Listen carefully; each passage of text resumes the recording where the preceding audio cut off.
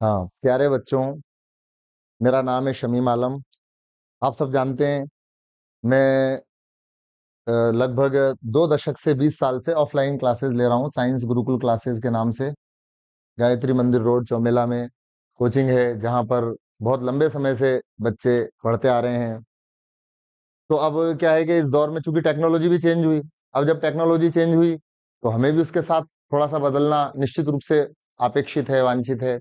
तो इसलिए हमने क्या किया कि अब जो भी नोट्स अपन क्लास में पढ़ाते हैं, लिखाते हैं, तो अब एक चैप्टर को कंप्लीट करने में अपन को क्या है कि टाइम लगता है। जैसे एक चैप्टर को कंप्लीट किया अपन ने तो कम से कम 6-7 दिन लगते हैं। जैसे सपोज करो अपन ने कोऑर्डिनेशन कंपाउंड है, केमिस्ट्री का चैप्टर है कोऑर्डिनेशन कंपाउंड्स। अब इस चैप्टर को जब हम कंप्लीट करेंगे तो क्लासरूम के अंदर कम से कम 10 से 12 घंटे इस चैप्टर को कंप्लीट करने में अपन को लगते हैं। तो मैंने सोचा कि क्लास में अपन ऑफलाइन तो इसे कंप्लीट करवा ही रहे हैं, तो अपन क्या करें कि इसको नोट्स लिखवाते हैं, चूंकि तो वहां पे ज्यादा टाइम लगता है ना।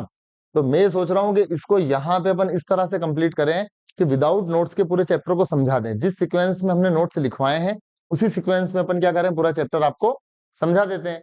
अब जब पूरा चैप्टर समझा देते हैं तो जो बच्चे क्लास में नोट्स लिख चुके हैं वो अगर रिवाइज करना चाहें तो आधे पौन घंटे के अंदर यहाँ पर मैक्सिमम कोऑर्डिनेशन कंपाउंड चैप्टर 1 घंटे के अंदर बिना नोट्स लिखाए आपको यहाँ पर कंप्लीट कर देंगे। और जो बच्चे अब अगर नोट्स भी चाहिए, उनको जो हमारी क्लास में ऑफलाइन नहीं आ पा रहे हैं या कहीं बाहर के बच्चे हैं जिनको नोट्स चाहिए, तो वो हमसे कांटेक्ट कर सकते हैं। और कांटेक्ट करके और नोट्स जो है वो कोरियर के द्वारा या डाक के द्वारा या वहां पर कोचिंग पे भी फिजिकली उपस्थित होकर नोट्स प्राप्त कर सकते हैं, जो कि बहुत ही कम कीमत में आपको नोट्स उपलब्ध करवा दिए जाएंगे, एकदम साफ लिखे हुए हैंडराइटिंग, उसकी फोटोकॉपी। अगर आपको नोट्स चाहिए किसी भी चैप्टर के, फिजिक्स केमिस्ट्री बायो के अंदर, जैसे जैसे हम यहाँ पे चैप्टर कंप्लीट करवाते जाएंगे आपको नोट्स भी उसके उपलब्ध करवा दिए जाएंगे, आप ले सकते हैं वो नोट्स। उसके लिए आपको कॉल करना होगा। साइंस गुरुकुल क्लासेस के ऑफिशियल नंबर है, मेरे ही नंबर है, मैं अटेंड करता हूँ इसमें फोन 9024056932। अगर किसी कारणवश मैं आपका फोन अटेंड नहीं कर पाया तो मैं मिस कॉल देख के कॉल बैक भी कर दूंगा। अब ये क्या है, जैसे शुरुआत कर रहे हैं इसको, अभी हम रिकॉर्ड में भी पहली बार, तो थोड़ा सा इस बोर्ड को लेके मैं भी कंफर्टेबल हो जाऊंगा। 2-4 बार 2-4 क्लासें लूंगा, इसके बाद फिर अपन लाइव भी करने लगेंगे। तो अगर आपको जैसा लगे, अच्छा लगे, तो आप कमेंट करके बताएं, ताकि आपके सुझाव से हम अपने अंदर सुधार भी कर पाएंगे।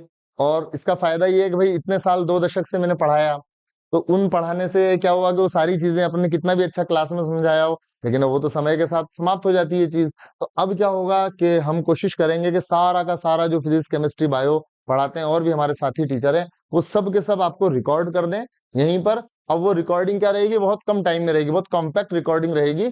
और उसको आप जब नोट्स सामने रख के पढ़ेंगे तो फटाफट फटाफट आपका चैप्टर कंप्लीट हो जाएगा बहुत अच्छी तरीके से, है ना।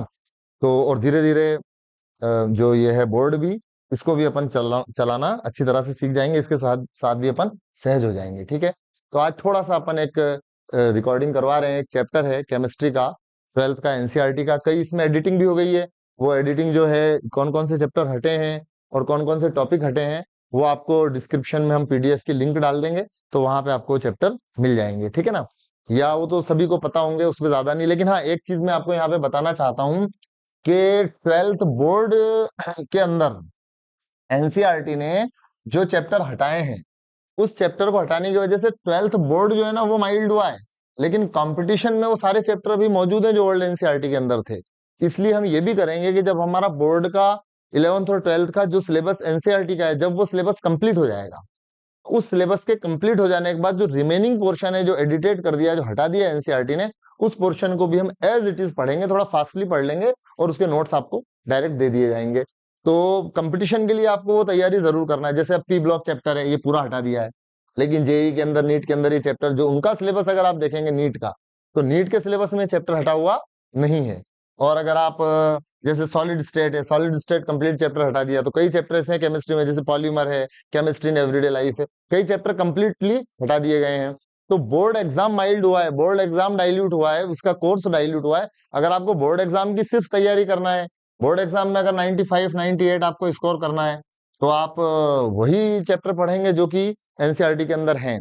लेकिन अगर आपको कंपटीशन की तैयारी करना है, तो मैं आपको ये सलाह देता हूं कि जो ओल्ड एनसीईआरटी का सिलेबस है वो भी अपन को कवर करना है। तो हमारा तरीका ये रहेगा, बिना किसी लंबी भूमिका के मैं आपको बताऊं कि हमारा जो तरीका रहेगा वो तरीका ये रहेगा कि जैसे एक चैप्टर आपको पढ़ाया, वो चैप्टर यहाँ पर बिना नोट्स लिखवाए मैं पढ़ाऊंगा, उसको फटाफट समय नहीं बिगड़े अपना और जल्दी से उसे समझा के कंप्लीट कर देंगे। जब आप उस वीडियो को देखेंगे तो आप नोट्स सामने रखें, तो वो वीडियो आपको फटाफट फटाफट फटाफट चैप्टर को कंप्लीट करवा देगा। ठीक है, तो हम अपनी बात को शुरू करते हैं। सबसे पहले हम जो चैप्टर पढ़ेंगे यहाँ पर वो पढ़ेंगे कोऑर्डिनेशन कंपाउंड। कोऑर्डिनेशन, थोड़ा सा लिखने में मैं अभी असहज हूं, कोऑर्डिनेशन धीरे धीरे इसके साथ में हो जाऊंगा। कंपाउंड्स, कोऑर्डिनेशन कंपाउंड्स जो ओल्ड एनसीईआरटी थी इसमें 9th चैप्टर था और अब शायद ये 5th चैप्टर है या जो भी चैप्टर है तो देखेंगे अपन, है ना। तो कोऑर्डिनेशन कंपाउंड को हम शुरू करते हैं। इस चैप्टर को देखिए, जो कोऑर्डिनेशन कंपाउंड है, सबसे पहले मैं आपको बताऊंगा कि इनऑर्गेनिक कंपाउंड जो होते हैं, इनऑर्गेनिक कंपाउंड्स ये मेनली 3 प्रकार के होते हैं। एक होता है simple salt, simple salt, simple salt को हिंदी में कहते हैं साधारण लवण। अब साधारण लवण किसे कहते हैं? साधारण लवण वो लवण होते हैं जो कि अम्ल और क्षार, इनकी उदासीनीकरण अभिक्रिया से बनते हैं। हम जानते हैं कि अम्ल और क्षार मिलकर लवण और जल बनाते हैं, वाटर बनाते हैं और सॉल्ट बनाते हैं। तो ये जो सॉल्ट होता है, इस सॉल्ट के अंदर अगर एक सिंपल धनायन है, एक सरल धनायन है और एक सरल ऋणायन है, जैसे कि NaCl है। अब NaCl में आप देखें एक सरल धनायन है और एक सरल ऋणायन है। तो ऐसे लवण जिनमें एक सरल धनायन और एक सरल ऋणायन है, उन्हें कहा जाता है साधारण लवण या सिंपल सॉल्ट। तो सिंपल सॉल्ट को क्या होता है, जब अपन पानी के अंदर घोलते हैं, जब अपन इसे घोलते हैं या इसे वाटर के अंदर डिसॉल्व करते हैं, तो ये अपने आयनों में 100% वियोजित हो जाता है, 100% डिसोसिएट हो जाता है। और इसका एग्जाम्पल क्या है? इसका एग्जाम्पल है NaCl है, जैसे KCl है। अब जब KCl को घोलेंगे और उस सॉल्यूशन का, जो पानी में घोला इसे अपन ने, NaCl घोला या KCl घोला, जब उस सॉल्यूशन को अपन टेस्ट करेंगे, उस पर टेस्ट लगाएंगे, तो वो K+ आयनों का टेस्ट देगा और Cl- आयनों का टेस्ट देगा। अपने सरल सरल आयनों का क्या देगा? वो परीक्षण देगा। तो इस प्रकार के लवण, इस प्रकार के सॉल्ट जिनमें सरल धनायन और सरल ऋणायन हो, क्या कहलाते हैं? साधारण लवण कहलाते हैं या सिंपल सॉल्ट कहलाते हैं। तो अपन चैप्टर पढ़ रहे हैं कोऑर्डिनेशन कंपाउंड। कोऑर्डिनेशन कंपाउंड को पढ़ने से पहले पहले इसकी भूमिका में हमें सबसे पहले पढ़ना पड़ेगा कि साधारण लवण किसे कहते हैं। अब जब साधारण लवण आपस में मिलते हैं तो जो बनता है उसे कहते हैं double salt, DOUBLESALT, double salt. Hindi में इसे कहते हैं द्विक लवण। द्विक लवण, द्विक लवण क्या होते हैं? द्विक लवण वो ये होते हैं जो कि साधारण सॉल्ट के मिलने से बनते हैं। जैसे कि द्विक लवण साधारण सॉल्ट के मिलने से बनते हैं, जैसे आप देखें, एक द्विक लवण है जिसका नाम है, आपने सुना होगा, फिटकरी, K2SO4। अब ये K2SO4 क्या है? ये एक साधारण लवण है। इसी तरह Al2SO4 का होल थ्राइस, Al2SO4 का होल थ्राइस, ये भी एक साधारण लवण है। तो ये साधारण लवण क्यों है? क्योंकि इनमें सरल धनायन और सरल ऋणायन है। अगर हम K2SO4 को आयनीकृत करेंगे, अर्थात जब इसे आयनों में बदलेंगे, तो एक सरल धनायन और सरल ऋणायन, एक प्रकार का सरल धनायन और एक प्रकार का सरल ऋणायन बनेगा। हाँ, अगर कोई यहाँ पे पूछे कि भाई K2SO4 के अंदर कुल आयन कितने हैं, तो कुल आयन कितने हैं? यहाँ पर कुल आयन 3 है। यानी 2 तो क्या है? सरल धनायन है और एक क्या है? सरल ऋणायन है। तो ये एक सरल सिंपल सॉल्ट है, यानी एक साधारण लवण है, सिंपल सॉल्ट है। ये भी एक सिंपल सॉल्ट है और ये भी एक सिंपल सॉल्ट है। ये दोनों सिंपल सॉल्ट आपस में मिलते हैं और इसके साथ में इसमें वाटर मॉलिक्यूल, जिसे अपन कहते हैं क्रिस्टलन जल, क्रिस्टलन जल 24H2O। जब ये 24H2O क्रिस्टलन जल मिलेगा तो ये दो साधारण लवण मिलकर जो चीज बनाएंगे उसका फॉर्मूला होगा K2SO4 डॉट Al2SO4 का whole thrice dot 24H2O, dot 24H2O। अब ये जो लवण बना है, ये लवण दो साधारण लवणों के मिलने से बना है, दो साधारण सॉल्ट के मिलने से बना है, तो इसे कहा जाएगा द्विक लवण। द्विक लवण या डबल सॉल्ट, द्विक लवण या डबल सॉल्ट। अब जब द्विक लवण या डबल सॉल्ट को अपन वाटर के अंदर डिजोल्व करेंगे तो क्या होगा, तो ये अपने जितने भी आयन है सबका टेस्ट देगा, मतलब सारे आयनों में बदल जाएगा। मतलब जब हम इसे अपने आयनों में तोड़ेंगे या इसे पानी में विलायक के अंदर डिजोल्व करेंगे तो K+ का भी टेस्ट देगा, तो SO4-2 का भी टेस्ट देगा, तो Al+3 का भी टेस्ट देगा। तो ऐसे लवण जो साधारण लवण के मिलने से बने हैं, साधारण लवण के मिलने से बने हैं, वो क्या कहलाते हैं, द्विक लवण कहलाते हैं। ठीक है, अब आते हैं हम, एक होता है कॉम्प्लेक्स कंपाउंड या उपसहसंयोजन यौगिक। तो कॉम्प्लेक्स कंपाउंड या उपसहसंयोजन यौगिक के अंदर अब आप देखें कि पहला तो हो गया सिंपल सॉल्ट, दूसरा हो गया डबल सॉल्ट, और तीसरा हो गया संकुल यौगिक, संकुल यौगिक, या फिर इसे अपन कहेंगे इंग्लिश में कॉम्प्लेक्स, कॉम्प्लेक्स कंपाउंड्स, या फिर इसको कहते हैं कोऑर्डिनेशन कंपाउंड, कोऑर्डी, जो कि अपने चैप्टर का नाम है कोऑर्डिनेशन कंपाउंड्स। ठीक है, कोऑर्डिनेशन कंपाउंड। अब ये कोऑर्डिनेशन कंपाउंड क्या होते हैं, ये इनका व्यवहार इन साधारण लवण और द्विक लवण से बिल्कुल अलग है। एक वैज्ञानिक हुआ है, स्विस वैज्ञानिक अल्फ्रेड वर्नर, अल्फ्रेड वर्नर, इस अल्फ्रेड वर्नर को फादर ऑफ कोऑर्डिनेशन केमिस्ट्री कहते हैं, father of coordination chemistry Alfred Werner को कहा जाता है।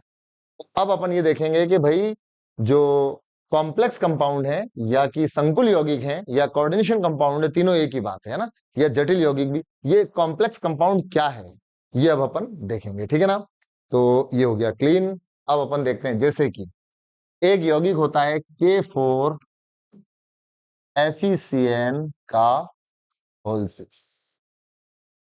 अब जब हम इसको अगर डिसॉल्व करें किसी सॉल्वेंट यानी वाटर के अंदर, अगर हम इसे डिसॉल्व करें तो हम ये उम्मीद करते हैं कि वो सॉल्यूशन K4 आयनों का टेस्ट दे, यानी उसमें K+ आयन का टेस्ट दे, यानी K+ आयन हो, और उसके अंदर Fe+2 आयन हो, और उसके अंदर Cn- आयन हो, यानी 3 प्रकार के आयनों का वो विलियन टेस्ट देना चाहिए। लेकिन हकीकत में ऐसा नहीं हो, बल्कि होता कैसा है, जब K4FeCN के होल 6 को वाटर के अंदर डिसॉल्व किया तो ये देखा कि ये K+ आयनों का टेस्ट तो दे रहा है, लेकिन ना तो इस आयन का टेस्ट दे रहा है और ना इस आयन का टेस्ट दे रहा है, बल्कि एक अलग आयन का टेस्ट दे रहा है। जो आयन क्या है, FeCN का होल 6, ये आयन, इस आयन का टेस्ट दे रहा है। इस आयन को कहा जाता है कॉम्प्लेक्स आयन। इसको क्या कहते हैं, कॉम्प्लेक्स आयन। इसे कॉम्प्लेक्स आयन इसलिए कहते हैं क्योंकि इस कॉम्प्लेक्स आयन को, एक तो ये जो बड़ा ब्रैकेट होता है ना, लार्ज ब्रैकेट, इसके अंदर लिखते हैं। और इसे कॉम्प्लेक्स आयन क्यों कह रहे हैं, इसे कॉम्प्लेक्स आयन इसलिए कह रहे हैं क्योंकि Fe और Cn अलग अलग नहीं होते हैं, बल्कि हमेशा साथ रहते हैं।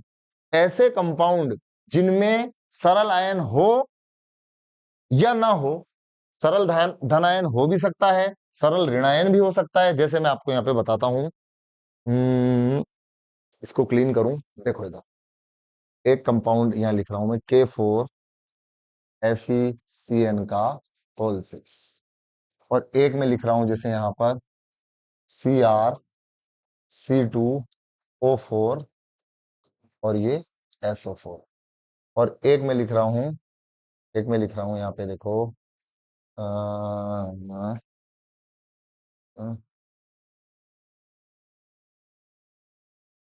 CrH2O का होल 6 और PtC2O4 का होल ट्वाइस, और एक में लिख रहा हूं NiCO4।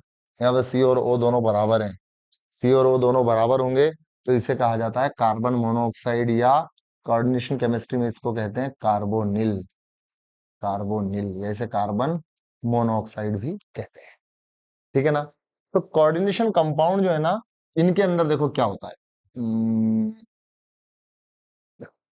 कोऑर्डिनेशन कंपाउंड में एक सरल धनायन और एक कॉम्प्लेक्स ऋणायन हो सकता है। अच्छा, इसमें कौन सा धनायन है, कौन सा पॉजिटिव आयन है और कौन सा नेगेटिव है, जो पहले लिखा है वो पॉजिटिव है, जो बाद में लिखा है वो क्या है, नेगेटिव है। तो यहां पर क्या है, एक सिंपल पॉजिटिव आयन या सरल धन आयन, और कॉम्प्लेक्स ऋण आयन। और यहां पर क्या है, कॉम्प्लेक्स ऋण आयन और सॉरी कॉम्प्लेक्स धन आयन, कॉम्प्लेक्स धन आयन यानी कॉम्प्लेक्स पॉजिटिव आयन, और एक है सरल धन सरल ऋण आयन, सरल ऋण आयन।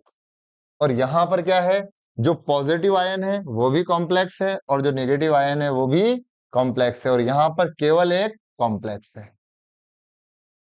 तो पहली चीज मैं दोबारा से रिपीट करूं फास्ट फास्ट, कि सरल लवण यानी कि साधारण लवण यानी सिंपल सॉल्ट किसे कहते हैं, जिनमें एक सरल धन आयन और सरल ऋण आयन हो, वो तो क्या हो गए, सिंपल सॉल्ट हो गए। और डबल सॉल्ट क्या होता है, जो कि सिंपल सॉल्ट से यानी साधारण लवण से मिलकर बनता है, उसे हम क्या कहते हैं, उसे हम कहते हैं द्विक लवण या डबल सॉल्ट।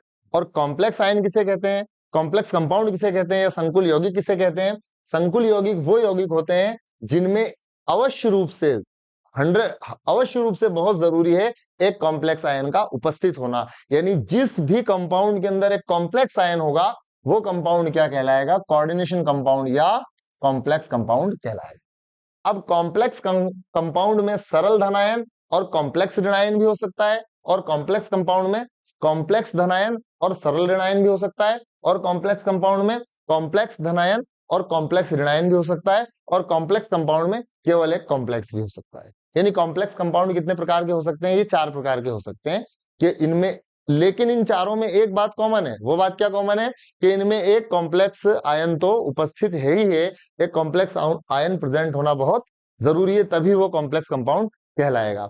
अब हम कॉम्प्लेक्स, अब कोई पूछे भी कॉम्प्लेक्स आयन किसे कहते हैं, कॉम्प्लेक्स आयन वो होता है जिसमें कि मेटल हो और साथ में और भी चीजें जो जुड़ी हैं, जिन्हें मैं आगे बताऊंगा आपको, जिन्हें क्या कहते हैं, लिगेंड कहते हैं, लिगेंड कहते हैं।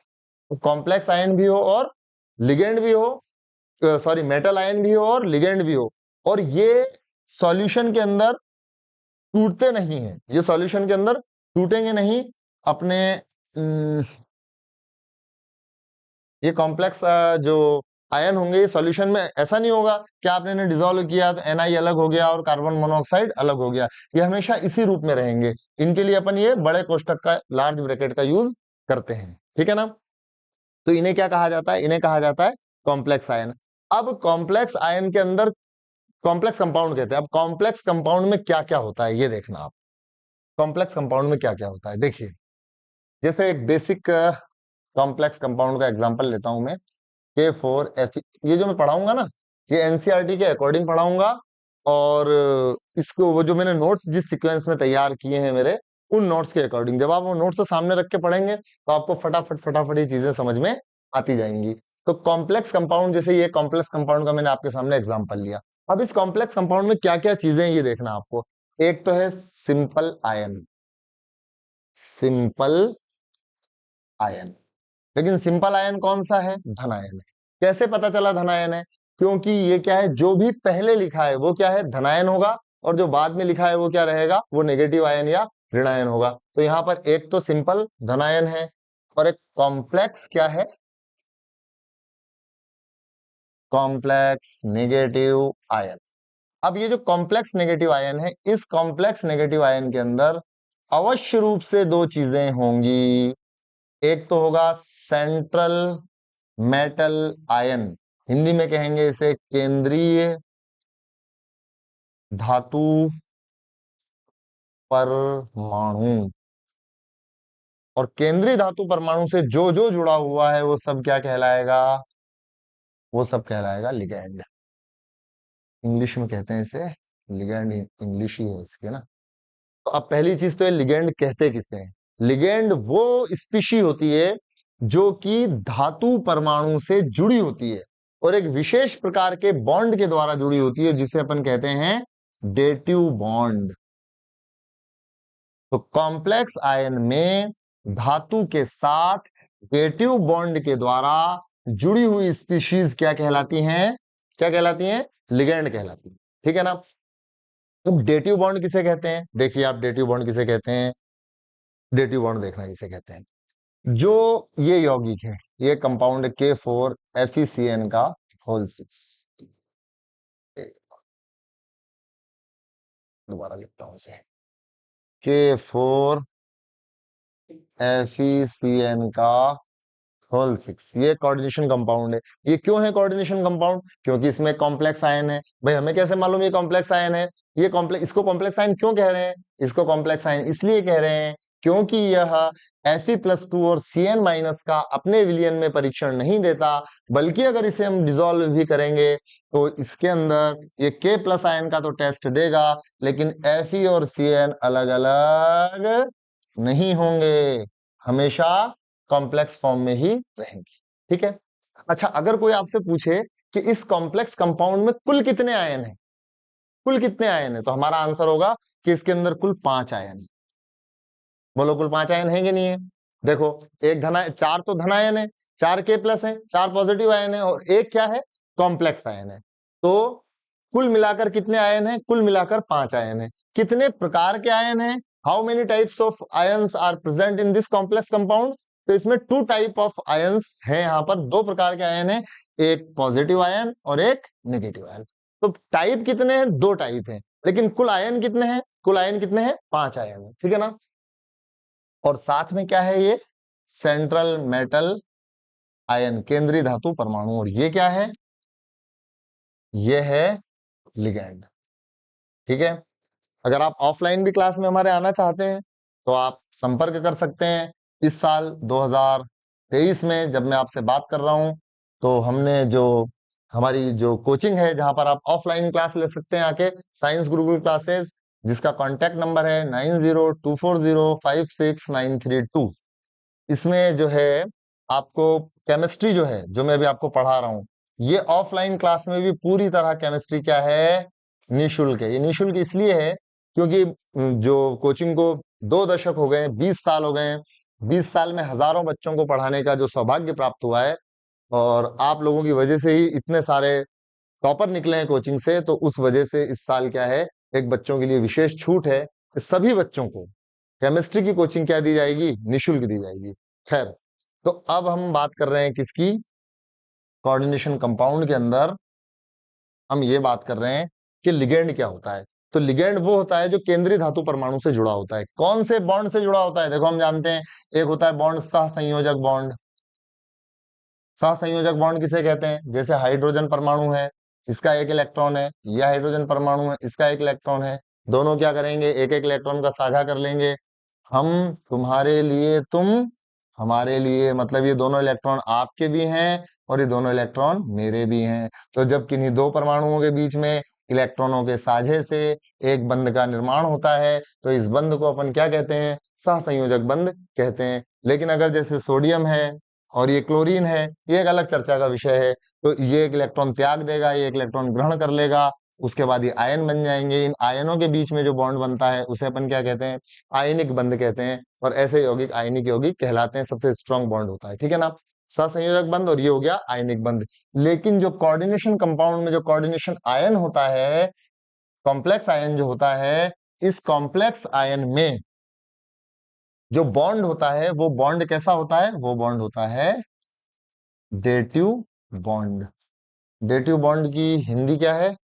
डेटिव बॉन्ड हिंदी देख लेना क्या है, नोट्स में लिखी होगी। ये डेटिव बॉन्ड है। डेटिव बॉन्ड में क्या होता है कि जैसे यहाँ पर Fe है, इस Fe से आप देखें कितने Cn जुड़े हुए हैं? 6 Cn। तो जो Cn है ना, ये Cn साइनो या साइनाइड, ये तो क्या कहलाएगा? ये तो कहलाएगा लिगेंड। और इस Fe से कुल कितने C जुड़े हुए हैं? कुल 6 साइनाइड जुड़े हुए हैं। 1 2 3 4 5 6, ठीक है ना। इसके अंदर जो साइनाइड जुड़ा हुआ है, इसमें इस बॉन्ड को, जो Fe और साइनाइड के बीच में जो बॉन्ड है, इस बॉन्ड को, हर बॉन्ड को बनाने के लिए इलेक्ट्रॉनों का एक पेयर जरूरी होता है, एक जोड़ा। जैसे अभी हमने देखा कि H2 अणु का जो निर्माण होता है, तो इसमें H और H के बीच में जो बॉन्ड बनता है, वो बॉन्ड भी काहे से बन रहा है? वो बॉन्ड भी 2 इलेक्ट्रॉनों से बन रहा है, एक इसका और एक इसका। यानी एक बॉन्ड बनाने के लिए न्यूनतम और अधिकतम कितने इलेक्ट्रॉनों की आवश्यकता पड़ती है? 2 इलेक्ट्रॉनों की आवश्यकता पड़ती है। इसी तरह से इस केंद्रीय धातु परमाणु और इस साइनाइड के बीच में भी जो बॉन्ड बना है, वो बॉन्ड भी बना तो 2 ही इलेक्ट्रॉनों से है, लेकिन ये दोनों इलेक्ट्रॉन जो है वो किसके द्वारा दिए गए हैं? वो लिगेंड के द्वारा दिए गए हैं। तो लिगेंड के द्वारा दोनों इलेक्ट्रॉन दिए गए हैं। इसलिए इस बॉन्ड को एक तीर के निशान से, एक एरो से दिखाया जाता है, जिस एरो की डायरेक्शन लिगेंड से मेटल की तरफ होती है, जो कि ये बताती है कि इलेक्ट्रॉनों का जो ये लोन पेयर है ये किसने डोनेट किया है, ये इस सीएन ने डोनेट किया है, साइनाइड ने डोनेट किया है, यानी लिगेंड क्या है, ये लोन पेयर डोनेट करता है। अब लिगेंड में यहाँ पर दो परमाणु है, कार्बन भी और नाइट्रोजन भी, तो इनमें से एक ही परमाणु होगा डोनर एटम, दाता परमाणु। जैसे Fe से जब साइनाइड जुड़ा है तो इसमें दाता परमाणु कौन है, नाइट्रोजन है, मतलब नाइट्रोजन का लोन पेयर इस नाइट्रोजन ने इस Fe को दिया, और इस तरह Fe और साइनाइड के बीच में एक बॉन्ड का निर्माण हो गया, जिस बॉन्ड को हम क्या कह रहे हैं, डेटिव बॉन्ड कह रहे हैं। तो कोऑर्डिनेशन कंपाउंड या कॉम्प्लेक्स कंपाउंड के अंदर जो कॉम्प्लेक्स आयन होता है, इस कॉम्प्लेक्स आयन में केंद्रीय धातु परमाणु और साथ में कौन होता है, लिगेंड होता है। और लिगेंड इस केंद्रीय धातु परमाणु यानी सेंट्रल मेटल आयन से जो बॉन्ड बनाता है, उस बॉन्ड को हम कहते हैं डेटिव बॉन्ड, और इस डेटिव बॉन्ड को हम दर्शाते हैं तीर के निशान से, और तीर के निशान की जो दिशा होती है वो लिगेंड से किधर होती है, लिगेंड से होती है मेटल की तरफ। लिगेंड का जो परमाणु इलेक्ट्रॉन लोन पेयर, जो परमाणु लोन पेयर को डोनेट करता है, जो इलेक्ट्रॉनों के जोड़े को डोनेट करता है, वो परमाणु कहलाता है डोनर एटम, या हिंदी में कहते हैं इसे दाता परमाणु। ठीक है ना, दाता परमाणु। तो ये चीज क्लियर हुई कि लिगेंड कहते किसे हैं, लिगेंड किसे कहते हैं, केंद्रीय धातु परमाणु से डेटिव बॉन्ड द्वारा जुड़ी हुई जितनी भी स्पीशीज हैं वो सारी स्पीशीज क्या कहलाती हैं, लिगेंड कहलाती हैं। अब मैं आपको एक बात बता दूं कि जो कॉम्प्लेक्स आयन है, इस कॉम्प्लेक्स आयन के अंदर एक लिगेंड, एक प्रकार का लिगेंड भी हो सकता है और एक से ज्यादा प्रकार के लिगेंड भी हो सकते हैं। अगर इस कॉम्प्लेक्स आयन में केवल एक ही प्रकार का लिगेंड हो, जैसे यहाँ पे आप देखो Fe के साथ केवल साइनो जुड़ा हुआ है, केवल साइनाइड है, भले वो लिगेंड 6 है लेकिन प्रकार तो एक ही है ना। अगर एक ही प्रकार का लिगेंड यहाँ पर जुड़ा हुआ है, इस प्रकार के जो कॉम्प्लेक्स हैं उन्हें कहा जाएगा होमोलैप्टिक। बोर्ड में आया हुआ क्वेश्चन है, 2000 शायद 21 में आया था या 18 में, ध्यान नहीं है मुझे। होमोलैप्टिक कॉम्प्लेक्स, तो क्वेश्चन क्या बना, होमोलैप्टिक कॉम्प्लेक्स किसे कहते हैं, ऐसे कॉम्प्लेक्स जिनमें केवल एक ही प्रकार के लिगेंड हो, होमोलैप्टिक कॉम्प्लेक्स कहलाते हैं। ठीक है ना, जैसे FeCN का होल 6 केवल एक ही प्रकार का, लेकिन अगर देखो ऐसा हो Fe है और इसके साथ में 5 CN है और एक H2O भी है। अब ये H2O जो है ना, अब ये लिगेंड के रूप में अभी भी इस जो बड़ा ब्रैकेट है, इस बड़े जो कॉम्प्लेक्स एंटिटी है, इसके अंदर नंबर ऑफ लिगेंड्स तो कुल 6 हैं, लिगेंड कुल 6 हैं, लेकिन दो प्रकार के लिगेंड हैं। 5 तो कौन से हैं, CN है। मैं थोड़ा क्लियर कर देता हूं इसे, फिर आपको बताता हूं। देखो, अगर ये कंपाउंड हो, सपोज करो, एक तो ये हो गया और एक ही हो गया,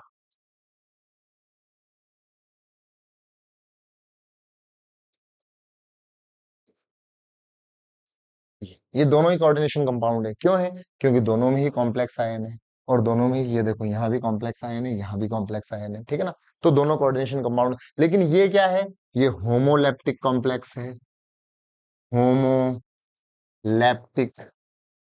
कॉम्प्लेक्स। और ये क्या है, ये है हेट्रोलैप्टिक कॉम्प्लेक्स, हेट्रोलैप्टिक कॉम्प्लेक्स।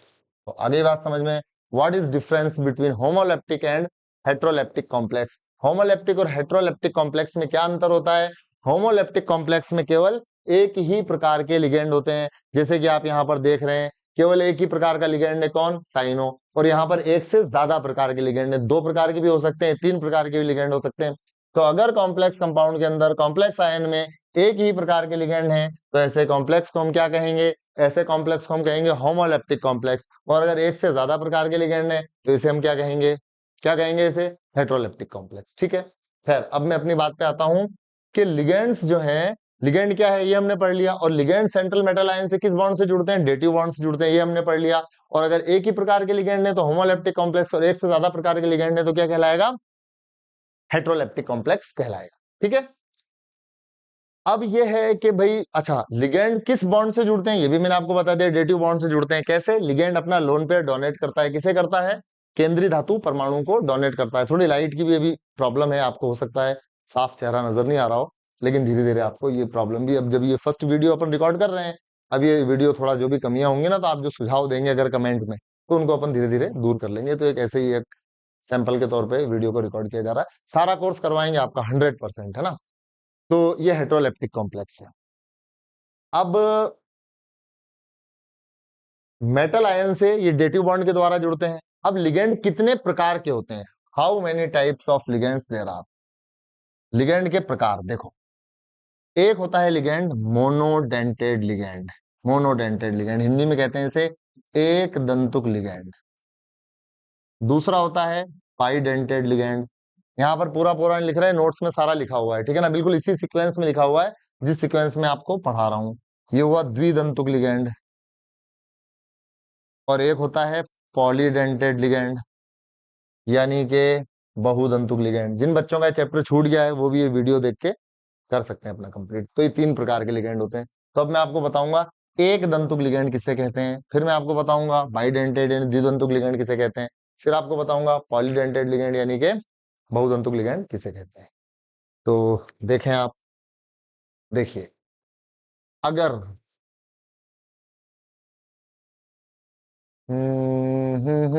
देखिए ये के फॉर एफिसियन का होल 6, इसमें एफी से 6 साइनों जुड़े हुए हैं। 1 2 3 4 5 और 6, ये 6 लिगेंड है ना। ये 6 ऐसे ऐसे बॉन्ड क्यों बना रहे हैं? क्योंकि डेटिव बॉन्ड को तीर के निशान से दर्शाते हैं। क्यों दर्शाते हैं तीर के निशान से? क्योंकि इसमें जो बॉन्ड के बनाने के लिए जिन दोनों इलेक्ट्रॉनों की जरूरत पड़ती है वो एक ही परमाणु के द्वारा प्रोवाइड करवाया जाता है, एक ही परमाणु देता है। ये इसने पूरा लोन पेयर दिया और इस धातु के खाली डी कक्षकों में अपना लोन पेयर दिया जो इसके खाली डी कक्षक हैं, और उसके बाद ये जिस बॉन्ड से जुड़ा उस बॉन्ड को हम डेटिव बॉन्ड कहते हैं। अब ये सारे लिगेंड आप देखो एक एक बॉन्ड बना रहे हैं, एक एक बॉन्ड, एक बॉन्ड। तो ऐसे लिगेंड जो केवल मेटल से एक बॉन्ड बनाए इन्हें कहा जाता है मोनोडेंटेड लिगेंड, एक दंतुक लिगेंड, ठीक है। कुछ लिगेंड ऐसे होते हैं, जैसे मैं आपको बताऊं कि पीटी एक कॉम्प्लेक्स आयन है, C2O4 का होल थ्राइस, और सपोज करो यहां पर अगर मान लो कि SO4 हो, है ना? ये एक कोऑर्डिनेशन कंपाउंड है। इस कोऑर्डिनेशन कंपाउंड का ये एक क्या है? कॉम्प्लेक्स आयन है। इसी कॉम्प्लेक्स आयन की वजह से इसे कोऑर्डिनेशन कंपाउंड कह रहे हैं अपन। अब देखो इधर, जब हम इसको अलग करते हैं, इससे डिसोसिएट करा, इसे वियोजित करा, तो PtC2O4 का होल थ्राइस और ये, और यहाँ पर +2 क्यों आ रहा है?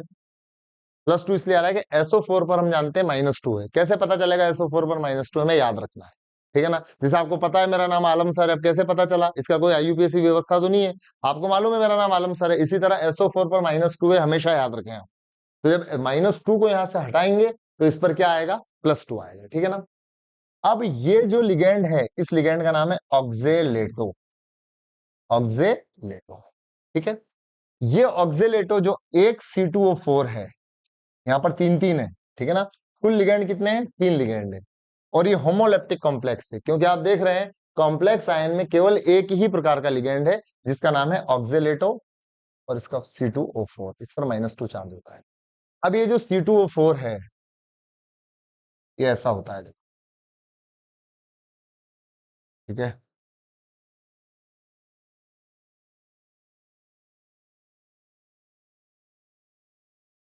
ये ठीक है C2O4। तो इसके अंदर जो ये C2O4 है, ये C2O4 जब किसी मेटल से, मेटल को M से दिखा देते हैं, जब किसी मेटल से C2O4 जुड़ता है,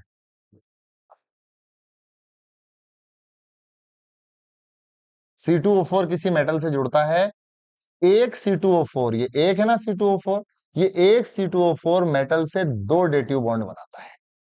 कितने डेटिव बॉन्ड? 2। ऐसा लिगेंड जो केवल एक डेटिव बॉन्ड बनाए क्या कहलाता है? मोनोडेंटेड लिगेंड या एक दंतुक लिगेंड कहलाता है। और ऐसा लिगेंड जो मेटल से 2 डेटिव बॉन्ड बनाए वो क्या कहलाता है? बाई डेंटेड लिगेंड या द्विदंतुक लिगेंड। DDL, जे नहीं हुआ आगे ना। तो ये क्या करेगा? ये द्विदंतुक, यानी कि 2 इसने डेटिव बॉन्ड बनाए, तो ये क्या है? बाइडेंटेड या द्विदंतुक लिगेंड है। तो 2 प्रकार हो गए, पहला हुआ एक दंतुक लिगेंड और दूसरा हुआ द्विदंतुक लिगेंड। और तीसरा है पॉलीडेंटेड लिगेंड या बहुदंतुक लिगेंड। बहुदंतुक क्या होगा? ये जो मेटल से बॉन्ड बनाएगा, दो से ज्यादा बॉन्ड बनाएगा। इसका एक फेमस एग्जांपल है जो बोर्ड एग्जाम में आता है, वो है EDTA, ethylene diamine tetra acetate. देखिए ये पॉलीडेंटेड क्यों कहलाता है, देखना। EDT क्या है? ये तो हुआ एथिलीन, ये एथिलीन है ना। इसका जब एक बॉन्ड हटा देंगे अपन, एक बॉन्ड जब अपन हटा देंगे तो, अरे चलो दोबारा लिखते हैं ना। ये हुआ एथिलीन, ठीक। अब इसका एक बॉन्ड हटाया अपन ने, अरे यार नहीं आएगा, चलो कोई बात नहीं। एक बॉन्ड हटाएंगे ना तो ऐसा होगा, ये देखो CH2 डबल बॉन्ड CH2 होता है, एक बॉन्ड तोड़ दिया तो एक वैलेंसी इस कार्बन की फ्री हुई, एक इसकी फ्री हुई, इससे एक NH2 जुड़ा और इससे भी एक NH2 जुड़ा, तो इसका नाम क्या हो गया? Ethylene diamine. अब इस NH2 के भी दोनों H हटा दो और इसके भी दोनों H हटा दो, तो दो वैलेंसी इसकी फ्री और दो वैलेंसी इसकी फ्री। इससे जुड़ेगा एक acetate ion CH3COO minus, CH3COO minus, CH3COO minus और CH3COO माइनस। कुल क्या हुआ? ये चार लिगेंड इससे जुड़े, इनका नाम है एसीटेट। तो इस तरह इस लिगेंड का नाम क्या पड़ गया? देखो एथिलीन डाइएमीन, चार हो गए, तो टेट्रा कौन? एसीटेट। तो इस लिगेंड का नाम है एथिलीन डाइमीन टेट्रा एसीटेट। और ये क्या है? ये पॉलीडेंटेड लिगेंड है। पॉलीडेंटेड लिगेंड मतलब बहुदंतुक लिगेंड, मतलब पॉलीडेंटेड मतलब बहुदंतुक। बहुदंतुक लिगेंड का मतलब ऐसे लिगेंड जो कि मेटल से दो से ज्यादा बॉन्ड बनाते हैं। अगर ये मेटल एटम है, ये धातु परमाणु है, तो आप देखो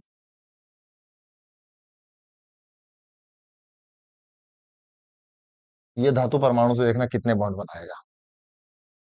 एक बॉन्ड तो ये बनाएगा, एक बॉन्ड ये बनाएगा, एक बॉन्ड ये बनाएगा, एक बॉन्ड ये बनाएगा, एक बॉन्ड ये बनाएगा और एक बॉन्ड ये बनाएगा। तो कुल कितने डेटिव बॉन्ड बने? 6 डेटिव बॉन्ड, 6 डेटिव बॉन्ड। तो इसलिए EDTA क्या है? यह एक हेक्साडेंटेड लिगेंड है। हिंदी में कहते हैं इसे षटदंतुक, षटदंतुक लिगेंड, षटदंतुक लिगेंड। ठीक है, 6 डेटिव बॉन्ड बना है इसमें। तो अब ये नहीं आपको कंफ्यूज होना है कि साहब EDTA षटदंतुक लिगेंड है, पॉलीडेंटेड लिगेंड है। भाई दोनों ही है। पॉलीडेंटेड का मतलब जो दो से ज्यादा डेटिव बॉन्ड बना है, तो ये तो कितने बना रहा है? 6 बना रहा है। तो 6 बना रहा है, तो स्पेशली स्पेसिफिक इसे क्या बोलेंगे? षटदंतुक लिगेंड। लेकिन कॉमनली इसे जनरली बोला जाएगा बहुदंतुक लिगेंड या पॉलीडेंटेड लिगेंड। तो कुल मिला के हमने क्या पढ़ा, आपको शॉर्ट में एक बार फटाफट बता देता हूं। हमने चैप्टर स्टार्ट किया NCERT 12 का कोऑर्डिनेशन कंपाउंड। अच्छा, बाकी जो चैप्टर है ना, उसके बाद में एक ही वीडियो के अंदर उसे रिकॉर्ड करा दूंगा। ये तो मैंने ऐसे ही, जैसे कैसे रिकॉर्डिंग होती है ये देखने के लिए रिकॉर्ड करवाया ऐसे। तो मैं जल्दी जल्दी आपको रिवाइज करवा देता हूँ कि हमने क्या पढ़ा। कोऑर्डिनेशन कंपाउंड चैप्टर पढ़ा। इसमें मैंने आपको बताया कि अल्फ्रेड वर्नर, इसका एक थ्योरी है वो भी मैं आपको पढ़ाऊंगा। अल्फ्रेड वर्नर को फादर ऑफ कोऑर्डिनेशन केमिस्ट्री कहते हैं, है ना। इसके बाद मैंने आपको बताया कि सिंपल सॉल्ट क्या होता है, साधारण लवण किसे कहते हैं, जिनमें एक सरल धनायन होता है और एक सरल ऋणायन होता है, उन्हें क्या कहते हैं? साधारण लवण कहते हैं। लेकिन अगर साधारण लवण आपस में मिल जाएं, जैसे K2SO4 एक साधारण लवण है, Al2SO4 का होल थ्राइस, SO4 का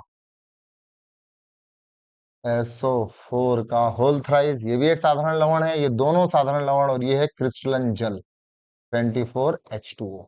जब दो या दो से ज्यादा साधारण लवण आपस में मिल जाते हैं तो इसे कहते हैं द्विक लवण, या फिर इंग्लिश में से कहते हैं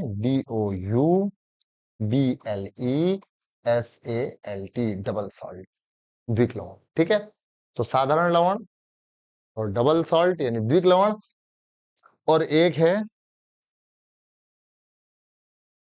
कॉम्प्लेक्स आयन या कॉम्प्लेक्स कंपाउंड। तो कॉम्प्लेक्स कंपाउंड किसे कहेंगे अपन? कॉम्प्लेक्स, दो बार हो गया क्या? काफी कॉम्प्लेक्स हो गया। Complex compound. तो कॉम्प्लेक्स कंपाउंड वो कहलाएंगे जिनमें अवश्य रूप से कॉम्प्लेक्स आयन उपस्थित हो। कॉम्प्लेक्स आयन किसे कहेंगे? ऐसा आयन जो कि ऐसा, जैसे ये यौगिक है, ये इसको जब हम डिसॉल्व करेंगे किसी विलायक या वाटर के अंदर, तो ये अपने आयनों में, जो आयन अपने अवयवों में नहीं टूटता हो, यानी Fe और Cn में नहीं टूटेगा, बल्कि ये इसको जब डिसॉल्व करेंगे तो 4K+ अलग हो जाएंगे और ये -4 एक ऐसा का ऐसा ही रहेगा ये पूरा। इस आयन को कहते हैं कॉम्प्लेक्स आयन।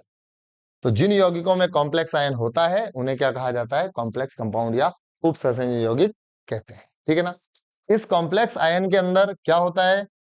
जरूर जरूर एक तो सेंट्रल मेटल आयन यानी केंद्रीय धातु परमाणु होगा, और लिगैंड या लिगैंड्स होंगे। लिगैंड या लिगैंड्स का मतलब क्या हुआ? एक प्रकार का लिगैंड भी हो सकता है और एक से ज्यादा प्रकार के लिगैंड। जैसे यहाँ पर एक ही प्रकार के 6 लिगैंड हैं। अगर सारे लिगैंड एक प्रकार के हैं तो उन्हें क्या कहेंगे? Homoleptic complex. और अगर एक से ज्यादा प्रकार के लिगैंड है तो उन्हें कहेंगे हेट्रोलेप्टिक कॉम्प्लेक्स। ठीक है। इसके बाद मैंने आपको बताया कि लिगैंड के प्रकार। तो लिगैंड के प्रकार, अगर लिगैंड केवल एक डेटिव बॉन्ड बनाए तो मोनोडेंटेड लिगैंड, मोनोडेंटेड लिगैंड या एक दंतुक लिगैंड। और अगर एक, जैसे कि ऑक्सिलेटो था, इसने कितने डेटिव बॉन्ड बनाए थे? 2 डेटिव बॉन्ड बनाए थे, तो इसे कहेंगे बाई डेंटेड लिगैंड या द्विदंतुक लिगैंड। और अगर 2 से ज्यादा डेटिव बॉन्ड बनाते हैं तो इसे अपन कहेंगे पॉलीडेंटेड लिगैंड या बहुदंतुक लिगैंड। ठीक है ना? तो ये 3 प्रकार के लिगैंड हो गए। इनके एग्जांपल, जैसे ये था साइनो, इसका एग्जांपल, एक साइनाइड क्या होता है? एक ही डेटिव बॉन्ड बनाता है, इसलिए क्या है? एक दंतुक लिगैंड है। लेकिन जैसे ऑक्सिलेटो है, जिसे OX से भी लिखते हैं, इसका फॉर्मूला होता है C2O4, चार्ज होता है -2। ये एक ऑक्सिलेटो जो है मेटल से 2 डेटिव बॉन्ड बनाता है, तो इसे कहते हैं बाइडेंटेड लिगैंड। और अगर जैसे EDTA है, EDTA एथिलीन डाइमीन टेट्राएसीटेट, ये 6 डेटिव बॉन्ड बनाता है, तो इसे हेक्साडेंटेड लिगैंड या षट दंतुक लिगैंड कहते हैं। तो 2 से ज्यादा डेटिव बॉन्ड बनाने वाले लिगैंड क्या कहलाते हैं? पॉलीडेंटेड लिगैंड कहलाते हैं। इसमें एक बात और बता देता हूं मैं, वो एक बात ये है कि जैसे ये मेटल है ना, अब मेटल से जो मोनोडेंटेड लिगैंड जुड़ा है CN, ये तो एक ही डेटिव बॉन्ड बना रहा है। लेकिन अगर बाइडेंटेड लिगैंड जुड़ा है, जैसे प्लेटिनम है, इस प्लेटिनम से ऑक्सिलेटो जुड़ा, अब ये ऑक्सिलेटो ये हुआ आपका ऑक्सिलेटो, है ना? इसको थोड़ा ऊपर करना है। ये, अब इसमें एक डेटिव बॉन्ड तो ये हुआ और एक डेटिव बॉन्ड ये हुआ। यहां पर आप देखो 2 दाता परमाणु हैं, ऑक्सिलेटो के अंदर 2 दाता परमाणु हैं, और यहाँ पर एक ही डोनर एटम यानी एक ही दाता परमाणु है। तो जब 2 दाता परमाणु ने क्या करा? प्लेटिनम से 2 डेटिव बॉन्ड बनाए, तो आप देख रहे हैं एक रिंग बन गई। रिंग बन रही कि नहीं बन रही है? ये रिंग में platinum, oxygen, oxygen, carbon, carbon, इन्होंने एक वलय बना ली, एक रिंग बना ली। इस वलय को कहते हैं कीलेट वलय, कीलेट रिंग, कीलेट वलय। और ये घटना कहलाती है कीलेटीकरण। कीलेटी, कीले, कीले, कीले, टी। एक सेकंड, धीरे धीरे क्या है, अपन सहज हो जाएंगे इस बोर्ड के साथ। कीलेटीकरण। तो कीलेटीकरण के लिए लिगैंड का कम से कम बाइडेंटेड होना जरूरी है। जैसे अब आप देखो हेक्साडेंटेड लिगैंड जो है ना, जैसे ये मेटल है, और हेक्साडेंटेड लिगैंड को याद रखना, एथिलीन बहुत आसानी से याद रह जाएगा। साथ में 2 NH2 जोड़ दो तो ये डाइएमीन, और इसके दोनों H हटा दो, और 4 CH3 COO minus CH3 COO CH3 COO CH3 COO, अरे रे रे रे, CH3 भी आओ भाई, CH3 CO, ये 4 हो गए ना। तो एक डोनर एटम तो ये है नाइट्रोजन, एक डेटिव बॉन्ड और 2 डेटिव बॉन्ड और 3 डेटिव बॉन्ड और 4 डेटिव बॉन्ड और 5 डेटिव बॉन्ड और 6 डेटिव बॉन्ड। ठीक है ना? तो ये हो गया हेक्साडेंटेड लिगैंड या षटदंतुक लिगैंड। तो उम्मीद है कि आपको यहाँ तक की बात समझ में आई होगी। देखें बस इतनी वीडियो है ना, कि और आगे भी रिकॉर्ड देखें, इतनी तो देखें करके। क्या होता है।